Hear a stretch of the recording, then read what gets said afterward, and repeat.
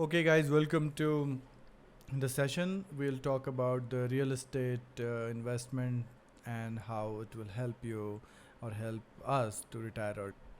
Okay, so in the previous session, we just talked about we have a house, and this house has a loan, outstanding loan, and for that, we are paying some EMI. EMI is, for example, roughly if you have a 30 lakh of loan, you will roughly paying 30,000 of EMI. And I want to split this EMI into two, let's say 2010, just for sake of simplicity. This 20,000 we call, let's say, the interest component, and this will be the principal component. And we talked that if you have a saving, let's say you already by this time you have a saving of, let's say, 20 lakh,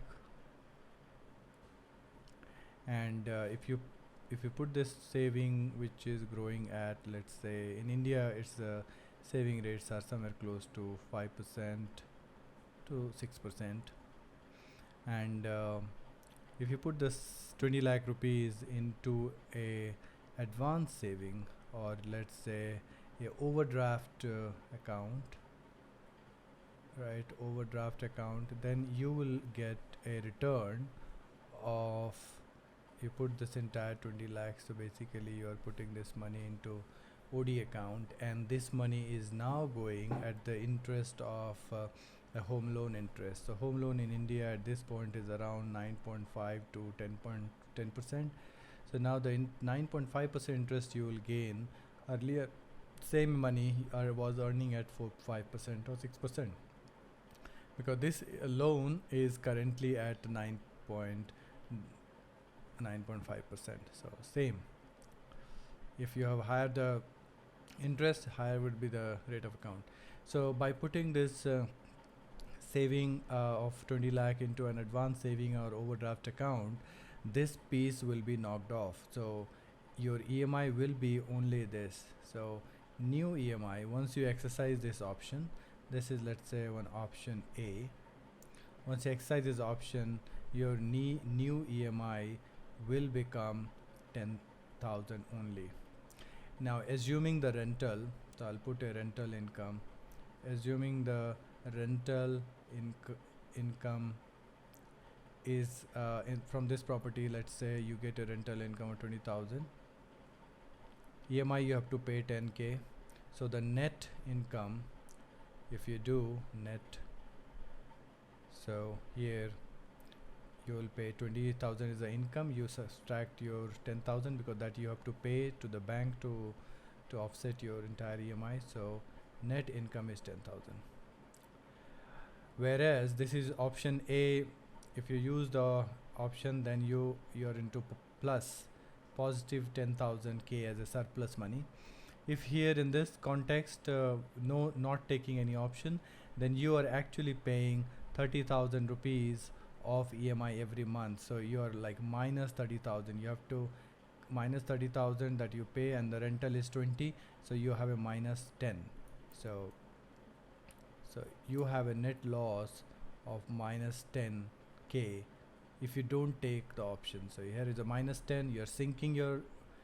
So basically this method proves that in this case your home is a liability, because you have to pay every month you have to pay 10,000 K to keep your home. And here in this case, by exercising this option A, your home will become an asset, because this is giving you a 10,000 of positive surplus every month. So this is one of the way to convert a home from a liability to a asset.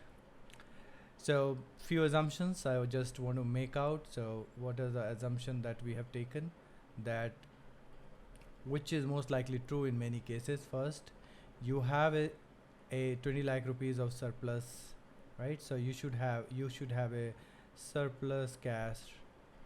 Only then you can do that with this method, because in this example 20 lakh was a surplus amount, it can be any amount. It can be 0 to 20 lakh. So we are not saying you should have the entire 20 lakh as a surplus on that given day when you start the overdraft facility, but you should have at anything between 0 to 20,000.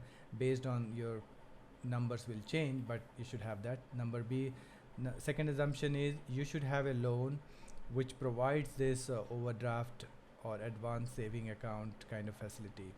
So you, if your loan a company or the bank which does not provide overdraft and advanced saving or similar facility, then you will not be able to exercise this thing.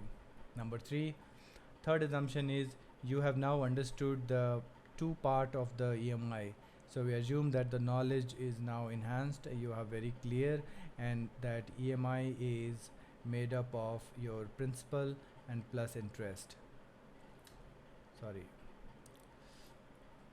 Principal and interest.